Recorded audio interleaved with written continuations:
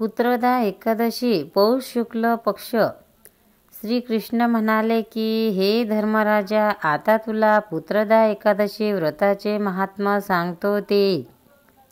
पूर्वी भद्रावती नगरीत सुकेतुमान नावाचा राजा राज्य करीत होता. तो महापुण्यशील व महापराक्रमी असा होता. त्याला शोभा नावाची लावण्यखने महान पतिव्रता अशी एक स्त्री होती. उभय त्यांना सर्व सुखी अनुकूल होती. संपत्ती त्यांची दासी झाली होती. ऐश्वर्य हुजऱ्या बनले होते. ज्ञान भाट झाले होते.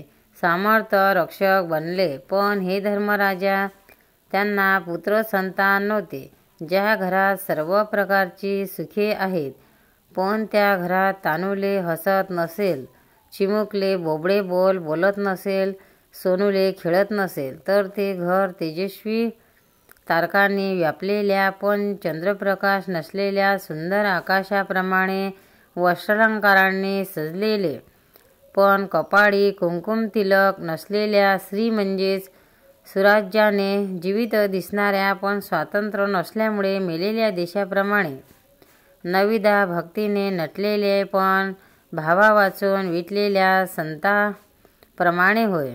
वनात संचार करीत असताना नाना प्रकारचे पशुपक्षी लतावृक्ष निसर्गाचे देखावे पाहिले. पण जेव्हा त्यांनी गायी आपल्या वासरांना पाजीत असलेल्या, चिमण्या आपल्या पिलांना भरवीत असलेल्या, हरिणी आपल्या वाड्यासह उड्या मारीत असलेल्या पाहिल्या, तेव्हा त्यांना फार दुःख झाले.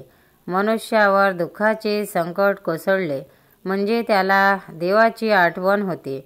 हाच न्यायाने त्याच वेळी राजाला भगवंताचे स्मरण होऊन त्याने श्रीकृष्णाची प्रार्थना केली की हे श्रीकृष्णा, जगन्नेत्या, पुत्र संतान नसल्यामुळे आम्ही उभयता अत्यंत दुःखी झालो आहोत.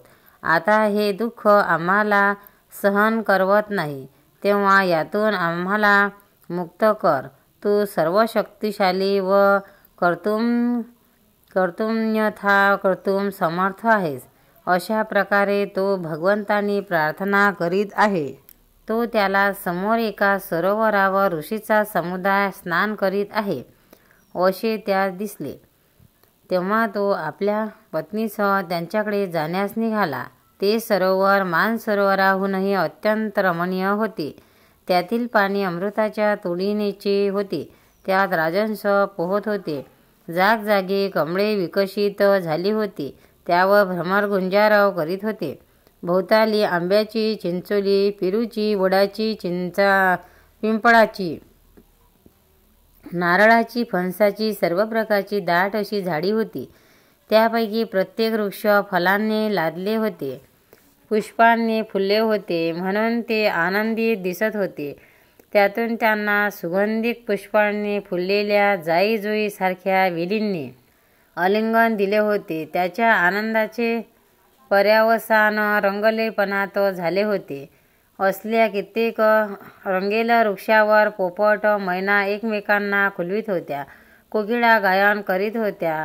बुभुक्षित पक्षी फळांवर ताव मारीत होते. माकडे एकमेकांना वाकुल्या दाखवित होती. सरोवराच्या काठावर एका बाजूला पांढरी शुभ्र कबुतरे व मान करून छाती काढून एटीने डुलत चालत होती, तर दुसऱ्या बाजूला हरणीचा कळप पाणी पित होता. तिसऱ्या बाजूला हिरव्यागार गवतात गायी आपल्या वासरासह चरत होत्या व मस्त बैल आपल्या शिंगांनी माती उकलून डरकाळ्या फोडीत होते. तर चौथ्या बाजूला निवांत अशी जागा पाहून बगळे कासवादी जलचरांना भिवून कंठाशी आलेल्या माशांना गिळण्याकरिता एका पायावर उभे राहून त्यांचे ध्यान करीत होते. अशा त्या रमणीय सरोवरात त्या ऋषीजनांपैकी कोणी स्नान करीत होते. कोणी स्नान करून अंग पुसून दुसरी वस्त्रे नेसीत होते. कोणी आपला जटाजूट नीटनेटका करीत होते. कोणी रुद्राक्ष, स्फटिक इत्यादी प्रकारच्या आपल्या माळा ठाकठीक बसवून होते. कोणी भस्म लेवीत होते. कोणी वेदघोष व स्तोत्रपाठ करीत होते. अशा त्यांच्या स्थितीत तो राजा व राजकांता तेथे आली. ते त्या ऋषीजनांना साष्टांग नमस्कार घालून हात जोडून उभे राहिले आणि म्हणाले की महाराज, आपण कोण आहात हे आपल्यात या शेवांना कृपा करून सांगा. मी भद्रवती नगरीचा राजा आहे. आपल्या या साऱ्या प्रकारावरून आणि धर्मशील व समर्थ आहात असे दिसते. राजाचा हा प्रश्न ऐकून ते ऋषी म्हणाले की हे राजा, आम्ही विश्वेदेव आहोत. आज पुत्रदा एकादशी असल्यामुळे आम्ही या ठिकाणी स्नानास आलो आहोत. जे कोणी पुत्राची इच्छा धरून हे एकादशी व्रत करतील त्यांना पुत्रप्राप्ती होईल. ऋषीजनांचे हे भाषण ऐकून राजाला अत्यंत आनंद झाला आणि तो म्हणाला की महाराज, मला पुत्र संतती नसल्यामुळे मी दुःखित झालो आहे. माझ्या पितरांचा उद्धार कसा होईल याचीच मला अहोरात्र काळजी लागून राहिलेली आहे. तेव्हा या पुत्रदा एकादशीचे व्रत कसे करावे हे विधियुक्त सांगा, म्हणजे मला या दुःखसागरातून आपण तरल्यासारखे होईल. महाराज, या आपल्या सेवकावर कृपा करा. पुढे त्या ऋषीजनांनी त्या राजाला पुत्रदा एकादशीच्या व्रताची विधी सामान्य एकादशी व्रतात सांगल्याप्रमाणे कथन केला व राजाने आपल्या पत्नीसह आणि त्या ऋषीजनांना तेथे पुत्रदा एकादशीचे व्रत केले. नंतर राजा आपल्या घराकडे परत आला.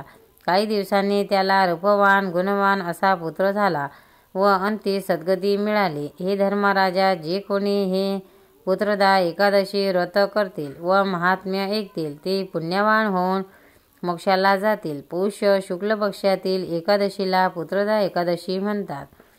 गोपाल कृष्ण भगवान की जय. भक्तांनो, व्हिडिओ आवडल्यास व्हिडिओला लाईक करा, शेअर करा, सबस्क्राईब करा. तसेच बाजूला असलेल्या बेलवर क्लिक करा, म्हणजे याच्या पुढील सर्व व्हिडिओ तुम्हाला सर्वात आधी मिळत जातील. जय श्री कृष्ण.